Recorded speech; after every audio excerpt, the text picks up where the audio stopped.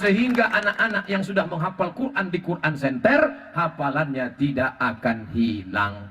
Memangnya Quran itu hafalan bisa hilang? Bisa hilang. Gara-gara apa? Mata menengok aurat. Syakautu ila waqi'in su'ahibzi, kata Imam Syafi'i. Aku melapor kepada guruku Waqi', hafalanku error, hafalanku hang. Kenapa bisa hilang? Karena mata luar biasa. Makanya saya mau menceritakan aib. Dulu waktu di Al-Azhar Mesir masih banyak juga hafalan. Tapi sesudah pulang hilang. Masuk ke mall, masuk ke toko roti yang dari Eropa itu, masuk, nengok penjaganya pakai rok pendek. Di airport tuh aja 3 juz hilang. Tengok lutut kiri sejus, lutut kanan 1 juz. Berbalik dia pinggang 2 juz. Astagfirullah. Makanya saya kalau udah undangan keluar kota naik pesawat, cemana lah nanti. Di dalam pesawat tuh bolak-balik dia lewat. Saya udah sengaja saya tak mau bicara dengan pramugari ini. Saya pasang muka seram. Begitu di pintu ditegurnya, "Bapak," awak pakai baju koko, pakai peci, ditegurnya juga. Saya sengaja sembunyikan tiket. Ditanya, "Nomor berapa?" Tengok tiketnya, ramah betul dah pula dia. Tadi pas mau turun, datang pula itu pilotnya mau ngajak selfie. Ustaz Somad ya, berdoa saya mudah-mudahan pramugari ini jangan ngajak selfie. Imam dari Palestina, hafal 30 juz Quran di kepala, diundang di masjid. Orang Palestina ini makanannya itu roti. Tak bisa dia makan lontong sayur, mencret.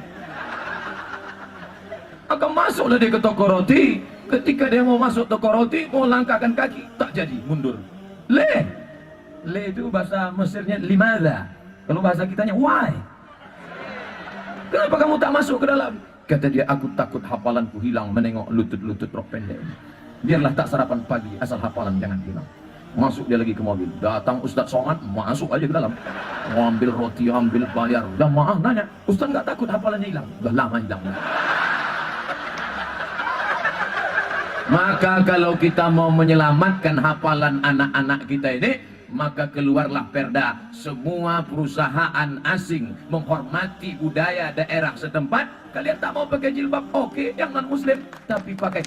Orang kita belajar ke Jepang, tanya sama kawan-kawan yang dapat beasiswa ke Jepang, apa yang terjadi di sana? Mereka pakai kimono, bawa samurai, padahal pesek hitam. Tengok sama ninja tak yakin dia, ninja palsu gitu dia. Kenapa? Itu budaya. Budaya kita baju kurung, baju panjang tak berbentuk. Baju panjang dari atas sampai ke bawah, rata ke bawah. Datang setan berbisi, ambil kabel, ambil kabel, ambil kabel. Dia ambillah kabel, diikatlah pinggang tadi. Inilah yang merusak. Ini laki-laki ini jenisnya 3. Bawah, atas, tengah. Yang bawah ini tak tahan menengok betis. Asal nampaknya betis, berkunang-kunang. Yang satu lagi tak tahan menengok ke atas. Asal nampaknya ke atas, error. Yang satu lagi tak tahan menengok ke tengah. Asal ke tengah, hang.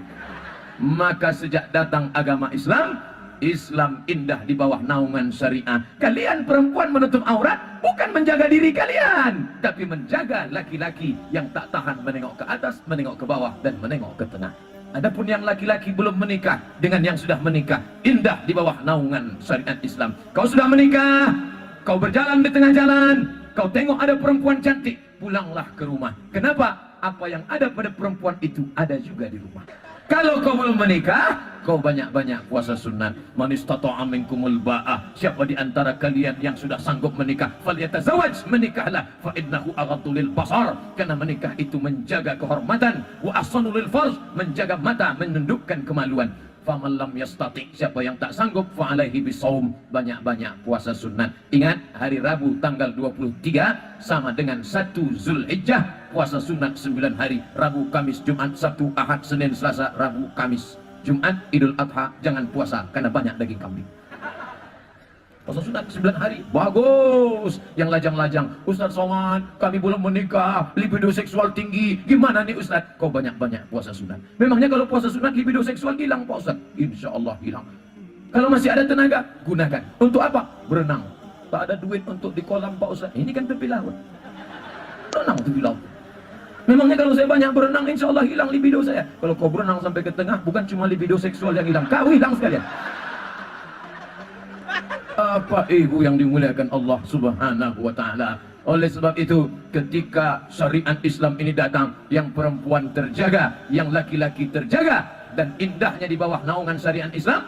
Dulu orang kaya makin kaya, orang miskin makin susah, makin melarat. Duit disimpan, dibungakan. Mau pinjam berapa? 1 juta, bayar 1.200.000. Mau pinjam berapa? 3 juta, bayar 3.200.000. Maka duit berkumpul banyak, riba. Datang ekonomi syariah Islam, lalu kemudian dijadikan murabahah bagi hasil. Simpan duit di bank konvensional, untung, rugi, mati, melarat, kami tak mau tahu, yang penting bayar. Tapi kalau sistem ekonomi syariah, murabahah bagi hasil. Misalnya saya orang kaya nih, tak perlu ada yang percaya saya ini kaya. Lalu saya ada duit 5 juta, lalu saya panggil anak muda, sini, ku pinjamkan engkau 5 juta. Kau mau buat apa? Saya mau ternak lele Pak Ustaz. Ini kau ternak lele. Nanti kalau untung kita bagi hasil. Sejak duit saya dia pakai, maka mulai malam itu insya Allah tak tinggal solat tahajud berdoa. Kenapa? Karena takut duit tak balik. Asal terdengar suara petir menggelegar, hujan turun, ya Allah, jangan sampai hujan lebat sehingga lele-lele dia itu hanyut, ya Allah. Karena kalau lele yang hanyut tak balik duit itu nanti, ya Allah. Datang pula satu anak muda lagi, Pak Ustaz, saya mau minjam modal 10 juta dengan akad murabahah pakai bagi hasil. Kau mau ternak apa? Saya mau ternak ayam Pak Ustaz. Oke, kasih ternak ayam. Sejak dia pinjam duit untuk ternak ayam, makin khusyuk berdoa. Kenapa? Karena kalau ayamnya ini mati, ayamnya ini stres, maka dikasih nasihat, dibuat pelatihan ternak ayam. Jangan kau ternak ayam di dekat airport ya. Kenapa? Karena kalau dekat airport banyak pesawat, ayam ini mudah terkejut. Asal didengarnya suara pesawat merajuk, ada yang tak mau kawin, ada yang stres, ada yang mati, ada yang tak mau makan. Maka tak boleh beternak ayam dekat airport. Maka dengan itu semangat berdoa, ekonomi dikuitkan, duit banyak beranak pinak, disuapkan ke makanan anak, makan riba. Anak pun makan, yang dimakannya bukan duit. Tak ada orang makan duit. Dia makan nasi, tapi nasinya dibeli dari beras, berasnya dibeli dengan uang riba. Nak, baca doa ya. Iya ma. Allahumma barik lana fima razaqtana wa qina azabannar. Yummy. Satu piring nasi riba masuk ke dalam mulut, dikunyah, berubah menjadi darah bergumpal di dalam jantung, menyembur naik ke atas otak pikirannya haram. Bapak Ibu semua hafal ayatnya, saya bacakan. Nasiyatin kadhibatin khati'ah. Mana nasiyatin? Kalau tengok anak kecil baru lahir, berdetak-detak kulit kepalanya, ubun-ubun, itulah nasiyatin. Nasiyatin, otak bagian depan. Kadhibatin, pembohong, pendusta. Khati'atin, pembuat dosa. Orang berzina, bukan kemaluannya yang salah. Orang mencuri, bukan tangannya yang salah, tapi ada yang memerintahkan. Otak mana? Otak depan. Saya tak percaya Ustaz cerita otak. Memangnya Ustaz spesialis otak? Ada yang nelpon saya dari Universitas Riau. Assalamualaikum. Waalaikumsalam. Ustaz, kami undang seminar di Fakultas Kedokteran Universitas Riau. Seminar apa? Saya kan Ustaz. Masalah otak Pak Ustaz. Saya tak paham otak. Kalau otak paham saya. Ustaz bacakan ayat sama hadisnya aja. Nanti ada dokter yang akan menjelaskan. Saya pun datanglah ke sana. Dijelaskanlah. Ustaz Somad, otak itu ada 4 Ustaz. Otak depan, otak belakang, otak kanan, otak kiri. Oh, yang berpikir itu otak depan Pak Ustaz. Kalau makanan haram menyembur darah dari jantung naik ke otak, maka otak ini isinya haram. Jangan heran. Saya heran Pak Ustaz nengok kawan saya ini. Ngobrol sama dia 5 menit. Menit pertama itu aja yang halal. Habis itu haram aja. Kenapa ya Pak Ustaz? Inilah jawabannya. Gara-gara makan haram. Subuh, Allahumma adina fi man hadait wa afina fi man afait.